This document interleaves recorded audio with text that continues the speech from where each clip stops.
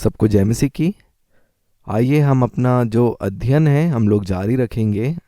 आप सबका स्वागत है। आज की कक्षा में हम लोग जो है दूसरे इतिहास की पुस्तक का जो है अध्ययन कर रहे हैं। पिछली कक्षा में हमने पहले इतिहास की पुस्तक के बारे में अध्ययन किया था और आज जो है हम दूसरे इतिहास की पुस्तक का अध्ययन करेंगे। इससे पिछली कक्षाओं में हमने एक सामान्य परिचय दिया था दोनों इतिहास की पुस्तकों के बारे में और पिछली कक्षा में हमने पहले इतिहास की पुस्तक का अध्ययन करा था। इसलिए इस कक्षा में हम लोग जो है सीधा हम दूसरे इतिहास की पुस्तक का अध्ययन शुरू करेंगे। अगर हम इस पुस्तक की रूपरेखा के बारे में बात करें तो कुल 36 अध्याय इसमें हैं, जिसे हम 2 भाग में हम बांट सकते हैं। जिसमें से पहला भाग है 1 से 9 अध्याय, वो राजा सुलेमान के राज्यकाल के बारे में बताता है जो लगभग 40 वर्ष तक था। पहले इतिहास में हमने देखा था दाऊद के राज्यकाल के बारे में और यहाँ पे दूसरी इतिहास की पुस्तक के पहले भाग में हम लोग राजा सुलेमान के राज्यकाल के बारे में देखते हैं।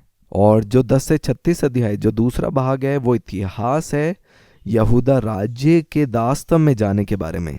हमें मालूम है यहूदा जो है वो दक्षिणी भाग है जो बंटवारा हुआ था समस्त इस्राएल का, और इस राज्य के इतिहास के बारे में हम देखते हैं जब तक वो दास्तव में गया। और जब हम पहले भाग को हम देखते हैं जो 1 से 9 अध्याय हैं, उनको हम फिर से 3 भाग में जो है विभाजित कर सकते हैं। जिसमें पहला भाग जो है वो सुलेमान की बुद्धि के लिए वो प्रार्थना है। 1 से 9 अध्याय जो पहला भाग है वो राजा सुलेमान के राज्यकाल के बारे में है। उसके अंदर जो 3 भाग हैं उसमें से जो पहला भाग है वो बताता है सुलेमान की बुद्धि के लिए प्रार्थना जो है पहले अध्याय में। और जब हम 2 से 7 अध्याय देखते हैं हम उस मंदिर के निर्माण के बारे में हम देखते हैं। और 8 और 9 अध्याय में हम राजा सुलेमान की समस्त जो सफलता है उस मंदिर के निर्माण के बाद तक जो सफलताएं जो है उसने पूर्ति करी थी उनका वर्णन जो है हम 8 और 9 अध्याय में पाते हैं। तो पहला भाग को हमने 3 भाग में विभाजित किया। पहला था सुलेमान की प्रार्थना, उसके बाद मंदिर का निर्माण और तीसरा राजा सुलेमान की सफलता। और जब हम दूसरे भाग को देखते हैं 10 से 36 अध्याय जो यहूदा के इतिहास के बारे में बताती है दास्तव में जाने तक, उसको भी 2 भाग में बांट सकते हैं। जो 10 अध्याय है वो विभाजन के बारे में बताता है और उसके बाद जो 11 से 36 अध्याय हैं वो यहूदा के राजाओं के जो 20 राजाएं थे उनके बारे में बताता है। मेरा विश्वास है आपको याद है कि लगभग 20 राजाओं ने जो है 300 साल तक जो है यहूदा के ऊपर राज्य किया। और इन राजाओं के नाम और इतिहास के बारे में जो है हम लोग बाइबल में पढ़ सकते हैं। तो दूसरा भाग जो था उसको 2 भाग में बांट सकते हैं। पहला जो 10 अध्याय है वो विभाजन के बारे में है और दूसरा 20 राजाओं के बारे में जिन्होंने यहूदा के ऊपर राज्य किया। तो जो दूसरे इतिहास की पुस्तक की शुरुआत है वो एक महिमा में है, लेकिन एक बड़ी भयानक रूप से इसका अंत होता है। एक महान शुरुआत इसलिए क्योंकि वो लोग चुने हुए लोग थे, परमेश्वर के द्वारा एक उद्देश्य के लिए ठहराए गए थे, लेकिन वो अपने कामों में कैसे असफल हुए वो हमें वचन में दिखने के लिए मिलता है। क्योंकि जब राजा और राज्य परमेश्वर की विधियों पे चल रहे थे समस्त राज्य में शांति और खुशहाली थी, लेकिन जब उन्होंने इसके विपरीत काम किया उसका जो फल था बहुत भयानक था। इसलिए परमेश्वर को निरंतर खोजना, परमेश्वर के आज्ञाओं पे चलना, उनके विधियों पे चलना ये ज़रूरी है हमारे आत्मिक जीवन में विजय में चलने के लिए, इजराइलियों के लिए और सभी विश्वासी लोगों के लिए भी ज़रूरी है कि हम लोग भी परमेश्वर को निरंतर खोजें, परमेश्वर पे विश्वास करें, उनकी विधियों पे चले, परमेश्वर से अपने पूरे प्राण से प्रेम करें। तब हम देखेंगे हम अपने हर एक क्षेत्र में हम लोग जयवंत ठहरेंगे। और इन जानकारी के साथ आइए हम और अधिक जानकारी जो है लेंगे हम इन दोनों भाग के बारे में। सबसे पहले हम पहले भाग को देखेंगे 1 से 9 अध्याय तक जो राजा सुलेमान के 40 साल के राज्यकाल के बारे में बताता है। यहाँ पे हम देखते हैं पहले से 9 अध्याय तक कि कैसे जो राजा सुलेमान था वो बुद्धि, धन और सामर्थ से जो है उसकी प्राप्ति हुई थी। और इनके साथ साथ जो है एक लंबी आयु भी जो है वो राजा सुलेमान को आशीष दी थी, लेकिन उसके साथ एक क्रिया थी कि उसे जो है विश्वास योग्यता के साथ परमेश्वर की व्यवस्था पर चलना है। अगर हम इसे पढ़ें पहला राजा की पुस्तक 3 अध्याय 13 और 14 वचन, वहाँ पे इस प्रकार से लिखा है, फिर जो तूने नहीं मांगा अर्थात धन और महिमा वह भी मैं तुझे यहाँ तक देता हूँ कि तेरा जीवन भर कोई राजा तेरे तुल्य ना होगा।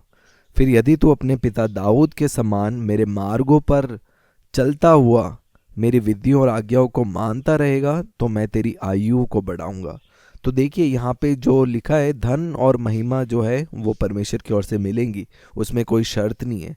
लेकिन जो दूसरा भाग है उसमें शर्त है, जो 14 वचन में लिखी गई है कि फिर यदि तू अपने पिता दाऊद के समान मेरे मार्गों में चलता हुआ मेरी विधियों और आज्ञाओं को मानता रहेगा तो मैं तेरी आयु को बढ़ाऊंगा। और जब हम राजा सुलेमान के जीवन के बारे में पढ़ते हैं तो हम देखते हैं कि इस क्षेत्र में कैसे जो राजा सुलेमान है वो असफल रहा और वो परमेश्वर की विधियों और उनकी आज्ञाओं के अनुसार चलने में असफल हुआ, जिसका तत्पश्चात राजा सुलेमान की मृत्यु 59 वर्ष में हो गई और एक लंबी आयु जैसे वादा की गई थी उसे नहीं मिली, क्योंकि वो परमेश्वर के नियम और विधियों के अनुसार जीवन नहीं बीता। मंदिर बनाने के लिए उसका जो कार्य था वो बहुत ही प्रभावशाली था, जिसके बारे में हमने देखा।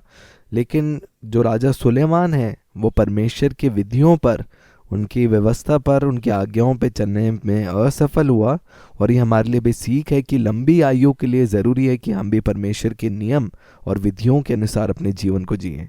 और एक वादा जो है परमेश्वर की ओर से दिया गया राजा सुलेमान को जब वो परमेश्वर के मंदिर का निर्माण कर रहा था, इसके बारे में हम पढ़ सकते हैं दूसरा इतिहास 7 अध्याय उसका 14 वचन, जो इजरायली लोगों के लिए और हमारे लिए भी लागू करता है। यहाँ पे इस प्रकार से लिखा है, दूसरा इतिहास 7 अध्याय 14 वचन, तब यदि मेरी प्रजा के लोग जो मेरे कहलाते हैं दीन होकर प्रार्थना करे और मेरे दर्शन के खोजी होकर अपनी बुरे चाल से फिरे, तो मैं स्वर्ग में से सुनकर उनके पाप क्षमा करूंगा और उनके देश को ज्यों का त्यों कर दूंगा। और ये बात जो है हमारे लिए भी लागू करती है कि जब हम दीन होकर हम प्रार्थना करेंगे और परमेश्वर के दर्शन के खोजी होंगे तो वो हमारे सारे पाप को क्षमा करेंगे और जो देश है उसको ज्यों का त्यों कर देंगे। ये पहले भाग के बारे में था। दूसरे भाग के बारे में हम सीखेंगे जो 10 अध्याय से 36 अध्याय तक है।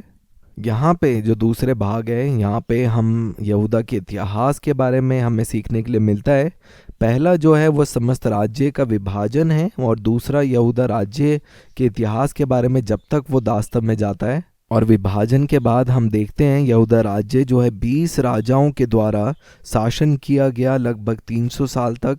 और सभी राजाओं के नाम और उनके राज्यकाल के बारे में, सफलता के बारे में पढ़ना अनिवार्य नहीं है, लेकिन अभी जो है हम 5 ऐसे राजाओं के बारे में देखेंगे जिनके राज्यकाल में एक बड़ी बेदारी का समय आया। और ये जो 5 राजा हैं इनके बारे में, इनके जीवन के बारे में जो है अभी हम लोग देख सकते हैं। मैं उन राजाओं के जो नाम हैं और अध्याय आपको वर्णन करूंगा, आप जो है उनके बारे में अध्ययन कर सकते हैं। सबसे पहला जो राजा है वो है राजा आसा, जिसके बारे में आप पढ़ सकते हैं दूसरे इतिहास के 15 अध्याय में। दूसरा जो है वो है राजा यहोशापात, जिसके बारे में आप पढ़ सकते हैं दूसरे इतिहास के 20 अध्याय में। तीसरा है राजा योआश, जिसके बारे में देख सकते हैं दूसरा अध्याय 24 अध्याय में। चौथा है राजा हिजकिया, जिनके बारे में हम देख सकते हैं दूसरा इतिहास 29 से 32 अध्याय। और पांचवा है राजा योशिया, जिनके बारे में हम देख सकते हैं 34 और 35 अध्याय में। तो आप ज़रूर जो है राजा आसा, राजा यहोशापात, राजा हिजकिया, राजा योशिया और राजा योआश के बारे में आप पढ़ें। 15 अध्याय, 17 से 20 अध्याय, 24 अध्याय, 29 से 32 और 34 से 35 अध्याय में। और दूसरे इतिहास की पुस्तक में हमें देखने के लिए मिलता है एक राज्य सिंहासन जो मिला दाऊद की वाचा के द्वारा और एक मंदिर का निर्माण एक देवीय नेतृत्व के द्वारा। और जो राज सिंहासन और मंदिर है वो बनाया गया था एक दूसरे के साथ तालमेल कर कर बढ़ोतरी करने के लिए, लेकिन मनुष्य का जो पाप और घमंड था उन्होंने इन दोनों को जो है एक दूसरे का विरोधी बना दिया। उनमें से एक बनाया गया था कम होने के लिए, और वो जो कम होना था वो मंदिर नहीं लेकिन राज सिंहासन था। और जितने भी 20 राजा थे रहोबाम से लेकर राजा सिदकिया तक, वो अपने जीवन के बहुत से क्षेत्रों में जो है वो असफल रहे, क्योंकि जो राज सिंहासन है वो असफल हो सकता है लेकिन जो परमेश्वर का मंदिर है वो कभी असफल नहीं होता। इसलिए जब वो राज सिंहासन गिरा और दास्तव में लोग गए, जो परमेश्वर का मंदिर जो है वो जलाया गया लेकिन उसका फिर से निर्माण हुआ। दूसरा इतिहास 36 उसका 19 वचन, और दूसरा राजा 25:9। हम इन वचनों को पढ़ेंगे, हम देखेंगे ये बातें पूरी हुई यिर्मयाह के द्वारा जो भविष्यवाणी की गई थी उसके तत्पश्चात में। और ये जितनी भी घटनाएं थी ये भविष्यवाणी के रूप में लिखी गई थी यिर्मयाह नबी के द्वारा। 25 अध्याय 9 से 12 वचन में हम इसे देख सकते हैं। खास तौर से दूसरा इतिहास 36 और 19 वचन और दूसरा राजा 25 अध्याय 9 वचन में। और यहाँ पे हम लोगों को जो है दास्तव में जाता हुआ देखते हैं, क्योंकि उन्होंने जो है भविष्यवक्ताओं के द्वारा परमेश्वर की बात को नहीं सुना। आप ज़रूर जो है यिर्मयाह की जो भविष्यवाणी की गई थी उससे आप पढ़ें 25 अध्याय उसका 9 से 12 वचन। और ये जो थी बातें ये दूसरे इतिहास की पुस्तक के बारे में थी। और इनको समाप्त करने के लिए अगर हम देखें जो इतिहास की पुस्तकें हैं, हमें ये बातें याद रखना ज़रूरी है कि इन इतिहास की पुस्तकों में हम समस्त दाऊद के राज्य काल के इतिहास के बारे में पाते हैं कि कैसे वो जो लोग थे परमेश्वर के द्वारा चुने गए थे एक बड़ी भुलाहट के द्वारा, लेकिन क्योंकि उन्होंने परमेश्वर से जो है अपना मन फेरा, उनकी विधियों से मन फेर लिया, एक बड़ी भयानक अंत उनका हुआ। और वो हमें एक बात को याद दिलाती है कि जो सफलता और जो शांति है एक देश में वो आती है और बनी रहती है जब राजा और उनके जो राज्य के लोग हैं वो परमेश्वर के नियमों और उनकी विधियों के अनुसार चलते हैं। लेकिन अगर वो परमेश्वर के प्रति अविश्वास योग्य है तो उनका अंत जो है वो भयानक है। यहाँ पे मैं आपको याद दिलाना चाहता हूँ एक वचन के बारे में जो है गलातियों की पत्री 6 अध्याय 7 वचन। यहाँ पे इस प्रकार से लिखा है, धोखा ना खाओ, परमेश्वर ठट्टों में नहीं उड़ाया जाता, क्योंकि मनुष्य जो कुछ बोता है वही काटेगा। इसलिए इससे पहले जो है हम जो दूसरे इतिहास की पुस्तक का अध्ययन समाप्त करें, क्यों ना हम समय लें और हम तुलना करें राजाओं की पुस्तक और इतिहास की पुस्तक के बीच में तुलना करने के द्वारा, जैसे हमने पहले इतिहास की पुस्तक के बारे में भी किया था। और आज जब हम तुलना कर रहे हैं दूसरे इतिहास की पुस्तक और राजाओं की पुस्तकों में, तो आप इन बातों को लिख सकते हैं। दूसरे राजा की पुस्तक 7 अध्याय उसका 8 वचन में वहाँ पे हम पाते हैं कि कैसे राजा सुलेमान ने फिरौन की बेटी के लिए एक अलग से महल बनाया। लेकिन दूसरे इतिहास 8 अध्याय 11 वचन में हम पाते हैं वो जो महल था उसने उसे यरूशलेम में नहीं बनाया, क्योंकि उसका मानना था कि एक जो मूर्ति पूजक है उसका जो निवास स्थान है वो उसकी पत्नी थी, लेकिन फिर भी एक मूर्ति पूजक का जो निवास स्थान है वो पवित्र भूमि में ना बने। वो चाहता था कि जो उसकी पत्नी है मूर्ति पूजक है वो यरूशलेम में ना रहे, लेकिन वो यरूशलेम के बाहर रहे। इसके बारे में केवल जो है हम इतिहास की पुस्तक में देखते हैं, राजाओं की पुस्तक में नहीं। एक और बात जो हमें दूसरे इतिहास की पुस्तक में देखने के लिए मिलती है कि जो राजा यहोरोबाम था उसने केवल जो है उन बच्चड़ों के देवताओं की नहीं, लेकिन उसने जो है शैतान की भी जो है वो पूजा करी। अगर हम इसे देखें दूसरा इतिहास उसके 11 अध्याय उसके 15 वचन में यहाँ पे इस प्रकार से लिखा है, और उसने उन ऊंचे स्थानों बकरी के देवताओं और बछड़ों के लिए याजकों को नियुक्त किया जो उसने बनवाए थे।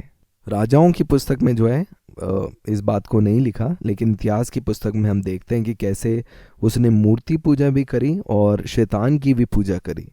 तीसरा, हम देखते हैं कि राजाओं की पुस्तक में अबिय्याह के शासन काल में कोई भी उद्धारकारी कार्य का वर्णन नहीं है, लेकिन अगर जब हम इतिहास की पुस्तक में देखते हैं तो हम उसकी भक्तिपूर्ण वाणी और परमेश्वर की ओर जो प्रार्थना थी वो हमें मिलती है। आप पढ़े दूसरे इतिहास की पुस्तक उसका 13 अध्याय। और चौथा हमें देखने के लिए मिलता है कि जो राजा आसा के बारे में जो बीमारी में परमेश्वर की ओर ध्यान नहीं देता, दूसरा इतिहास 16 अध्याय 12 वचन में इस प्रकार से लिखा है कि तो भी उसने रोगी होकर यहोवा की नहीं वैद्यों ही की शरण ली। इसका वर्णन जो है हम केवल इतिहास की पुस्तक में पाते हैं, राजाओं की पुस्तक में नहीं।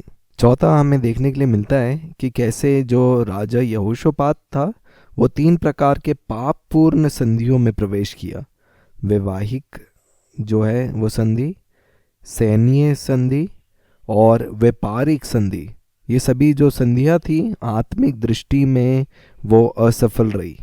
इसलिए ज़रूरी है कि जब हम भी इन क्षेत्रों में जब हम प्रवेश करते हैं, चाहे वो एक वैवाहिक क्षेत्र है, सैन्य या व्यापारिक है, ज़रूरी है कि हम अन्य जातियों के साथ असमान जुए में ना जुड़ें। और छठा, हम देखते हैं कि क्यों परमेश्वर ने राजा युजिया को कोढ़ रोग दिया। इसके बारे में पढ़ते हैं दूसरा इतिहास 26 अध्याय 16 से 20 वचन। और वो है उसके घमंडी हृदय के द्वारा, क्योंकि उसका जो हृदय परमेश्वर के विरुद्ध आया और भविष्यवक्ता के विरुद्ध वो घमंड आया, और उसके द्वारा जो है उसने परमेश्वर के विरुद्ध पाप किया। इसलिए वो जो कोड जो है वो परमेश्वर के द्वारा जो राजा उजिया के जीवन में आया। इसलिए ज़रूरी है कि हम परमेश्वर के साथ दीनता के साथ चलें, उनके विधियों के अनुसार हम चलें।